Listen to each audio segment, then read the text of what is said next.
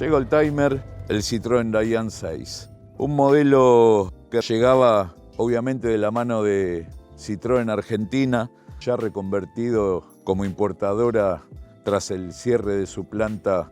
en Argentina. Y bueno, Citroën empezaba a importar vehículos que se comercializaban en distintos países de Europa. Es así que para el año 80 se empiezan a ver los Dayane 6, que sin dudas eran motivo de curiosidad, motivo de sorpresa, ya que si bien uno viéndolo se daba cuenta que estaba frente a algún pariente cercano de nuestro recordado 13B, pero se lo veía distinto. A ciencia cierta, recordemos que el Citroën 13B en Europa no existió como tal, sino que fue 12B hasta el año 1967 y ya a partir de ahí fue la aparición del Dayane 6. El hecho de no tener acceso a la información era que se generaban ese tipo de confusiones y estaban los más osados que lo decían en forma convincente lo que ellos creían, pero a la hora de la verdad marcaba otra verdad, lo cierto de cada empresa. Y con el Citroën pasó justamente eso, que nosotros acostumbrados a la austera línea de productos que producía en nuestro país, nos hacía pensar que en Europa pasaba algo similar. Y sin dudas, la historia de Citroën en Europa era mucho más ambiciosa que la que se desandó a lo largo de los años en la Argentina. El Dayane 6, si bien la idea era reemplazar al 13B nuestro, pero que obviamente para el purista y el seguidor del 13B, en un principio lo veía como algo diferente, algo como pudo haber pasado con los Escarabajo y luego al cambio con los New Beetle, como que el auto después de tantos años de mantener un esquema tan parejo, tan parecido, generó ese enamoramiento de los seguidores y de no aceptar lo que era la renovación o, si se quiere, el refrescado de lo que era su carrocería, haciéndolo más moderno. El auto así todo se supo ver bastante en nuestras calles, el tema que fue durante 2 años aproximadamente, ya que en 1982 se cierra la importación y es ahí cuando desaparecen de las calles las unidades 0 kilómetros. A los pocos años ya se veían menos, ya que si bien era un auto similar al 13B, pero que no tenía tantos puntos en común a la hora de reemplazo de elementos ni partes de carrocería. En lo que refiere a la mecánica, conservaba todo el estilo de los vieja escuela de Citroën, es decir, su motor boxer, cilindros opuestos, carburador de doble boca. El chasis también, un chasis que permitía desmontar la carrocería en manera independiente, ya que la misma iba abulonada al mismo. Sistema de suspensión similar, ya no traía esos tachos característicos de los Citroën más antiguos, pero sí traían los amortiguadores horizontales y unas barras que unían la suspensión delantera con la trasera, que le daba ese andar tan especial. Ya también para este modelo evolucionaba lo que eran los frenos, ya traía frenos a disco adelante a la salida de la caja, lo que realmente era un gran paso hacia adelante. Luego el auto seguía manteniendo el mismo estilo de funcionamiento, la palanca que salía del tablero con ese bastón tan característico. Citroën hablaba de unos 120 kilómetros por hora de velocidad final, que no estaba mal, pero su gran enemigo siempre era el viento de frente. Es decir, era un auto muy cómodo, capaz de albergar a 4 personas sin problemas. La velocidad iba de acuerdo a las posibilidades que tenía el auto, de acuerdo a la carga y del camino que le tocara transitar, pero siempre el tema del viento en contra fue un gran enemigo por el estilo de carrocería del auto y por su escasa potencia. El auto se produjo en 4 países, como era Francia, España, Irán y Yugoslavia. Llegaron en total a generar un volumen de casi 1,5 millones de unidades, nada mal, pero que le tocaba siempre pelear con el Renault 4, y es ahí cuando a mediados de la década del 60 Citroën ya notaba que había una merma de ventas frente al modelo de Renault, y es ahí cuando se deciden empezar a darle forma al reemplazo del 12B. Al momento de llegar a la Argentina, el auto, como dijimos, se lo veía como algo renovado, que si bien en precio era superior a lo que costaba un Citroën tradicional, pero que también Citroën, al irse de la Argentina, le había vendido su paquete accionario de la fábrica a IES, Industrias Eduardo Saldari, que por un breve lapso de tiempo sacó el IES 13B con el semblante del 13B de la firma del doble chevron característico, y ya luego, al introducir sus nuevos modelos, el IES ya se lo veía con algún tipo de parentesco con el Dayan 6 sin ser igual. Pero bueno, es como que Citroën, importando su producto, le tocaba competir con su viejo modelo, con algún tipo de retoques que quizás tenía alguna inspiración en el modelo más actual de Citroën en Europa. La trompa del Dayan 6. Se le notaba la vieja fisonomía del 2 y el 13B, pero con pequeños cambios se lograba verlo diferente. Perdía lo que era el tradicional puente donde se sujetaban las ópticas redondeadas, la sede de las mismas. El capot, si bien tiene alguna reminiscencia, tenía un cambio. El otro quizás llegaba a bajar más que este. Este hacía el perímetro de lo que era la parrilla, y ya sin duda se lo veía distinto al otro, que tenía su acanalado clásico. Acá ya tenía un matrizado distinto, más moderno, solo le daba esa nervadura central y lateral que, si se quiere, le daba parte de mayor fortaleza a lo que era el capote en sí, sino que hacía un aporte de diseño. En la parte trasera se llega a ver la entrada de aire, cosa que en los Citroën 2 y 13B recordarán que venía como una pequeña aleta que se abría con una perilla giratoria, la que al abrir permitía el acceso de aire, pero acá ya vemos que se había eliminado, y la entrada de aire se hacía mediante esta toma alojada en el capot, que también cubría lo que era el lavaparabrisas. El parabrisas, siempre un parabrisas plano, característico siempre del modelo. El auto, dentro del segmento que le tocaba pelear, el segmento B, su principal competidor, como dijimos siempre, el Renault 4, y que tanto en Argentina como en Europa había una rivalidad importante y cada uno tenía su nicho de seguidores muy específicos. Luego, los guardabarros sí se ven ya diferentes, pierden esa redondez que es tan clásica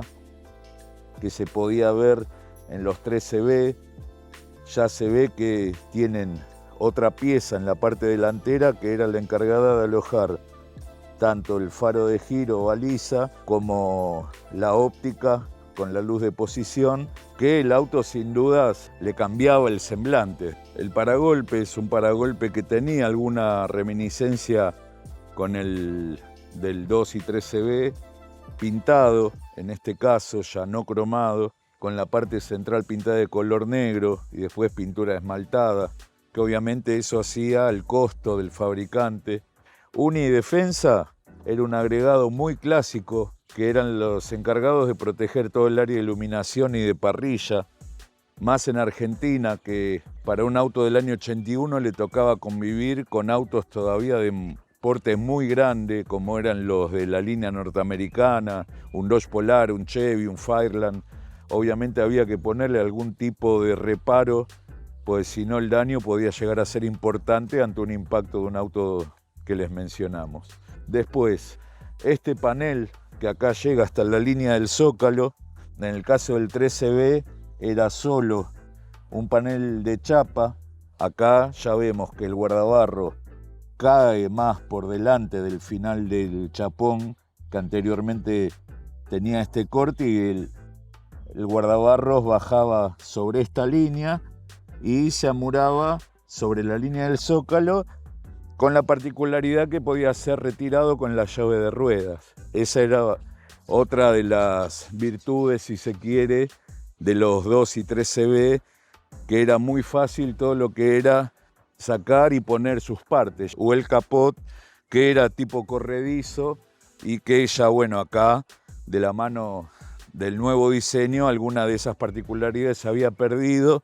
pero seguía siendo un auto terriblemente práctico. Esta unidad contaba con la particularidad de que, como era de origen español, tenía la chance de que su ventanilla delantera tenía sistema de alzacristal con manija y no el clásico desplazable que quedaba un 50% fijo y otro 50% que deslizaba, como era en el modelo francés. Si bien tenía una aleta importante en la parte delantera, pero el vidrio bajaba en su totalidad, lo que al auto le daba sin dudas una posibilidad de ventilación mucho mejor que con la de movimiento corredizo. Una moldurita en la línea de cintura de aluminio, una manija de plástico ya renovada a lo que era la tradicional manija que cuando se cerraba con llave giraba loca, ya plástico negro. La línea inferior ya tenía alguna diferencia también, perdía la moldura que supimos ver en el zócalo de nuestro Citroën, ya acá la línea de puertas era la final y solo se veía una zona pequeña pintada del color del auto que era el remate de la carrocería. La parte delantera se puede ver el barrero ya provisto por el fabricante, ya con el barrero era como que yendo en línea recta quedaba todo por debajo del guardabarro y la carrocería no se ensuciaba tan fácilmente. Espejo retrovisor de diseño innovador también, sencillo, los tornillos a la vista, pero que en la conjunción con el auto le caía bien, ya que el Citroën era siempre sinónimo de practicidad, de sencillez, y bueno, cada accesorio venía provisto de esas particularidades que al auto se lo hacía ver siempre como algo súper fácil, tanto de mantener como de cambiar alguna pieza y demás. En la puerta trasera, ventanilla corrediza, teniendo la posibilidad de bajar el vidrio delantero. La trasera no estaba tan mal, ya que si bien abría un área pequeña, pero algo abría, no es como que era un compás. En el caso del Dayan 6, en un principio sin el tercer vidrio, ya luego se le agregó y le daba ese aspecto tan similar a lo que era el Rana tan conocido por nosotros. El color, un color realmente que le caía muy bien, tanto los amarillos, los naranjas, los verdes, en este caso amarillo mimosa el color, y que sin duda debe ser uno de los colores que mejor le caía, ya que el auto, un auto simpático, un auto para gente joven. El usuario de estos autos era aquel usuario que realmente el auto lo tenía como algo muy práctico, muy económico, fácil de manejar y todas esas características que prácticamente lo hacía un auto único. Frente aún al Renault 4, lo que era el Citroën 3CB, inclusive el Dayan 6, se lo veía como un auto más práctico todavía y más sencillo. En lo que refiere al guardabarro trasero, se llega a ver que su línea de anclaje era a la cintura de la carrocería y que lo que se veía como un embellecedor en las dos puertas delanteras, acá era un pequeño friso de aluminio que se encargaba, si se quiere, de cubrir la unión de la bajada del techo con la unión del guardabarro, y el guardabarro que hacía a la vez de carenado de la rueda, que se encargaba de mantener la rueda por dentro de la línea del guardabarro, dotándolo de alguna mejora aerodinámica, un estilo de diseño, y que a la hora de reemplazar un neumático obviamente había que levantar la carrocería, ya que había que liberar todo lo que era el área de carenado de la rueda para que la rueda quedara completamente expuesta y poderla cambiar. Bueno, lo que refiere al reaprovisionamiento de combustible, la tapa del tanque se veía como más ubicada sobre el plano trasero, tanque metálico de 25 litros, el auto con una autonomía se hablaba de unos 7 litros cada 100 kilómetros en ciudad, pero siempre de acuerdo al estilo de manejo que podía tener su conductor, ya que si bien el auto venía con carburador doble boca, si el auto se lo usaba con bajas exigencias en lo que refiere a la hora de acelerar, el auto tenía una economía que asombraba realmente, podía ser mejorable a la que acabo de describir. La parte trasera del Citroën, una tapa de baúl entera que incluía lo que era la luneta. Recordemos que en el Citroën Nacional estuvo en un principio el 12B, que solo era la tapa de baúl y la luneta era parte de la bajada de la capota. Las insignias autoadhesivas Dayan 6, Citroën, Gilotto, una insignia muy conocida también en los Citroën argentinos. Y después los calcos sobre la luneta, Citroën, convenio que tenía con la empresa Total de lubricantes, y el tradicional Rana, ya un calco muy visto y valorado en los 13B argentinos. Bueno, lo que refiere a la iluminación trasera, conservaba el mismo tipo de plafón que los 13B de factoría argentina, que eso sin duda era un punto a favor. El panel de cola, un panel plano que no acompañaba lo que era la bajada del portón, sino que le hacía una cola trunca, y la patente alojada sobre lo que era una nervadura, un matrizado hacia afuera, pero que la patente de todas formas no quedaba expuesta, ya que estaba por detrás de la línea del paragolpe, un paragolpe sencillo tal cual el delantero, pero protegiendo también todo el área de iluminación con uña y defensa. En lo que refiere a la tapa de baúl, se abría girando la manija central.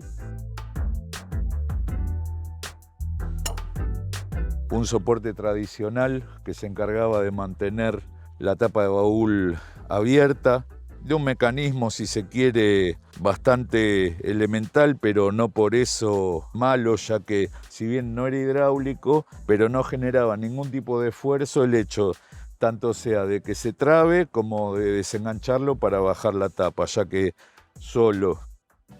accionando el gatillo que tenía se podía llegar a bajar la tapa de baúl sin ningún problema. Ustedes verán el estado de conservación que tiene la unidad que hoy les mostramos.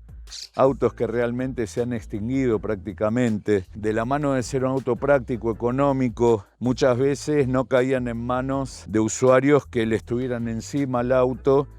y se limitaban a echarle nafta, usarlo y hacerle alguna reparación ante la rotura. En este caso, un auto que prácticamente no se le ven ningún tipo de detalles. El baúl, un baúl práctico, cómodo. La rueda de auxilio, si bien iba alojada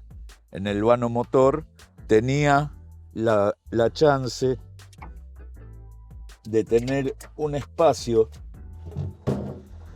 para cuando el Citroën la traía dentro del baúl, y acá se transformaba en un espacio extra para llevar carga. Este auto, como verán, tiene hasta la parrilla de invierno, como se le decía, la calandra, que era la que se encargaba de no dejar entrar tanto aire como era la original del auto en zonas frías. Tacos de rueda para que a la hora de levantar un eje u otro, afirmarlo para que el auto no se desplazara. Aún posee las herramientas, que si bien no eran muchas, eran las necesarias como para poder acceder a cada una de las partes y, de ser necesario, lo más urgente, poderlo resolver con las herramientas que eran provistas por el fabricante.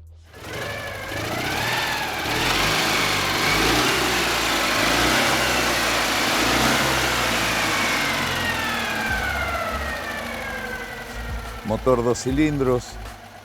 tecnología Boxer, es decir, cilindros opuestos, unos 32 caballos a 5.750 RPM, carburador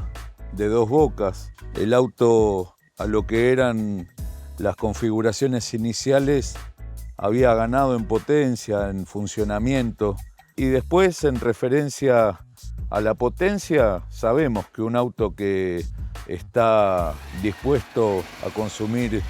de 5 a 7 litros los 100 la potencia va a ser acotada, pero tomando esos recaudos el auto era una opción interesante. El vano, un vano realmente cómodo, más allá que ya acá le había llegado todo lo que eran los chapones y cobertores de lo que era la polea del alternador, del ventilador, el área por donde se le agregaba el aceite, filtro de aire de gran tamaño, el arranque. Algunos recordarán la época donde funcionaba con un tirador, arrancaba mediante unas lingas. Después todo lo que son los conductos de la calefacción, por donde tomaba aire fresco de afuera, y si bien refrigeraba el motor, también estaban los conductos que lo llevaban hacia adentro, y era la calefacción que pasaba calor del motor al habitáculo. Bobina de encendido, balizas, los cables de bujía. La modernidad le había llegado al Citroën 13B, si se quiere,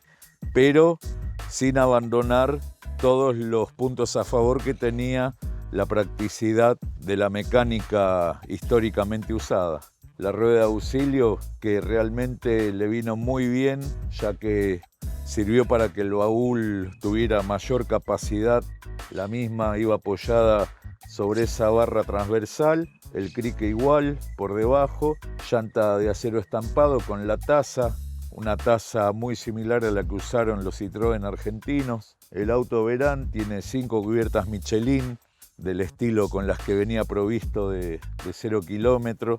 Ver un auto en este estado es realmente grato, ya que uno siempre, a la hora de conversar con los dueños y consultar sobre el estado del auto, es la gran incógnita. Y encontrarse con un auto así deja más que claro cómo hay gente que el auto lo sabe mantener y con el pasar de los años conservarlo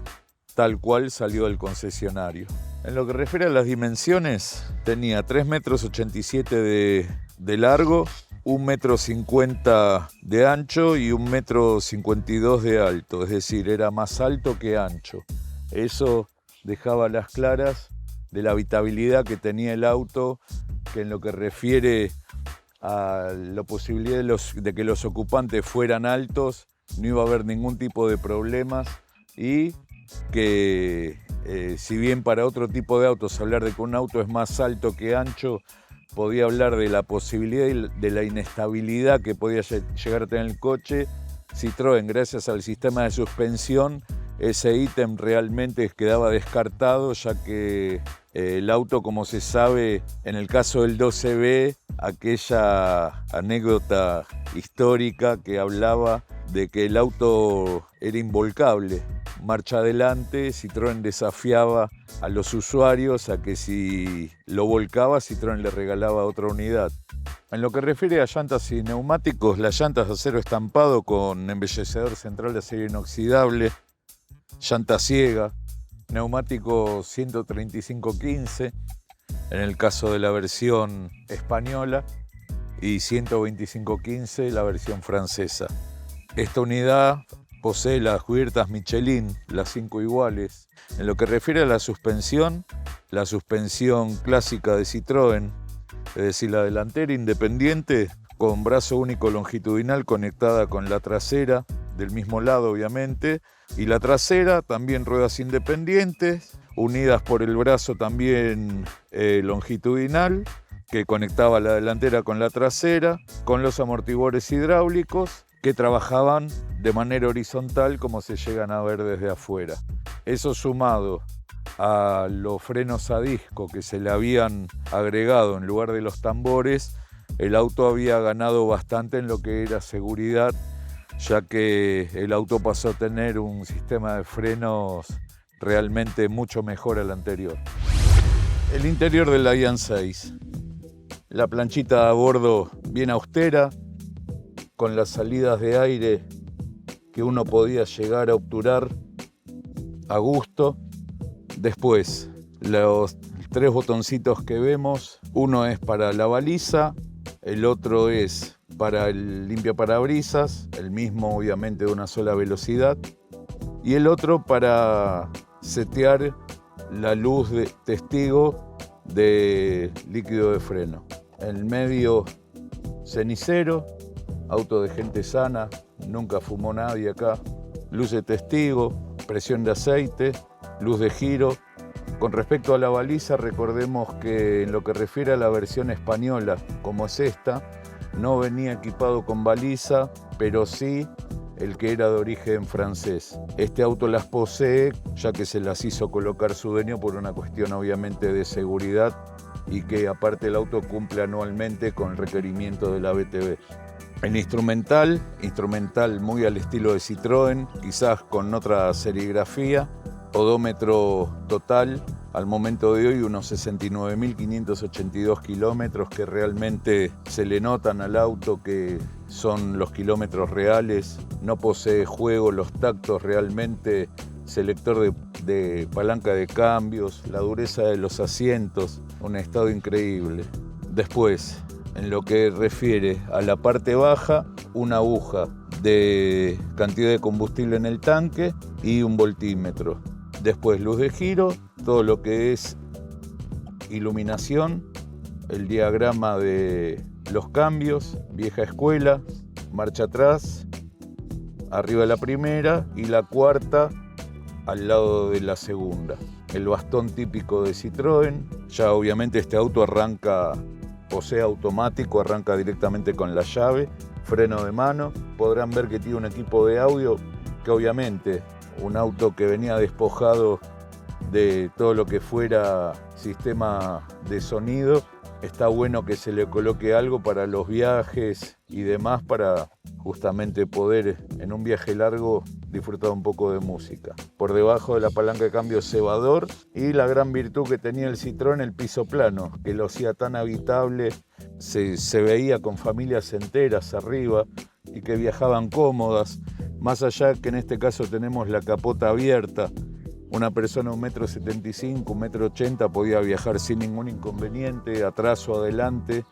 ya que el techo era bien alto. En el caso de esta versión española y de poder bajar el vidrio, hacía más cómodo la habitabilidad inclusive, ya que uno podía apoyar el brazo sobre la ventanilla, cosa que de tener el vidrio corredizo era un poco más complicada. Después, la apertura de puertas se hacía mediante la leva que quedaba casi introducida a la altura de la planchita del parallamas. Volante monobrazo,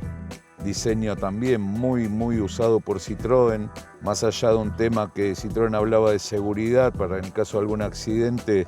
el volante absorbiera parte del impacto, y otra era la comodidad que le daba, ya que generalmente eran volantes de bastante perímetro y hacía que uno lo pudiera agarrar bien. Inclusive algunos optaban por agarrarlo en viajes largos del monobrazo que tenía y realmente uno lograba una posición bastante descansada. Espejo retrovisor, sin día y noche. Los parasoles también, si decimos que son de mala calidad les mentimos, porque fíjense, modelo 81, no hay roturas, no hay aberturas de costura, simplemente que no traen espejito de cortesía y ningún otro elemento, pero después cumplen la función perfectamente, obviamente pivotantes, por si el sol castiga de costado, uno poder estar cubierto del rayo de sol lateral, y el techo, una luz interior que se podía prender manualmente. En el área interna de lo que es el área del techo, un material afelpado, mejoraba lo que era la terminación cuando la capota estaba cerrada. La capota es del tono del auto, los tapizados también de una tela que realmente lo realzaban mucho. Pedaleras clásicas de Citroën. El pedal, al ser colgante también, no generaba cansancio.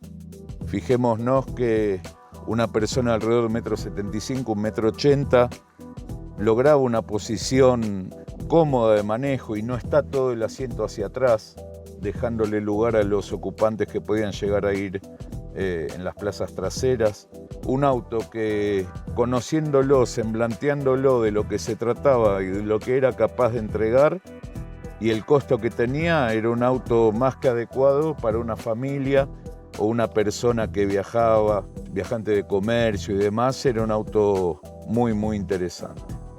Llegamos al momento que tanto nos gusta, tenemos chance de mostrarle los incunables de estos autos. Factura de compra de 0 kilómetro el Dayan, 5 de noviembre de 1981, valor unos 42.666.000 pesos, concesionario Gilotó emblemático de la marca, certificado de aduana, también haciendo mención automóviles Citroën con domicilio en la calle Cepita, donde antiguamente era la fábrica justamente, la unidad obviamente traída desde España, que mencionábamos que podían ser franceses o españoles. Manual del usuario, manual de empleo, como se los mencionaba en España, parece que lo hubieran entregado ayer. Y después la carterita clásica de concesionario, Gilotó, que se entregaba con la documentación del auto 0 kilómetro. Nos queda solo por mostrarles el diagrama del esquema eléctrico, que realmente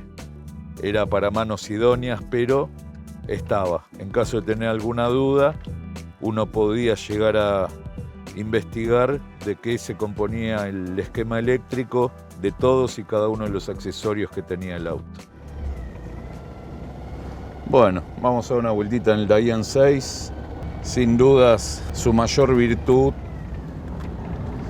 la practicidad, era muy apto para lo que era moverse en ciudad por su bajo costo operativo y su comodidad interior. Para el que necesitaba un auto bien económico, era el que mejor se adaptaba, quizás junto con el Renault 4, el clásico sonido del motor Citroën y el andar también suave, saltarín, pero simpático. Esperamos les haya gustado el informe del Dayan 6 y, como siempre, sugiriéndole a todos nuestros seguidores que se suscriban a nuestro canal y den like para que las plataformas nos sigan recomendando y nosotros podamos seguir generando material de calidad y del interés de todos ustedes. Nos vemos en la próxima edición de Oldtimer.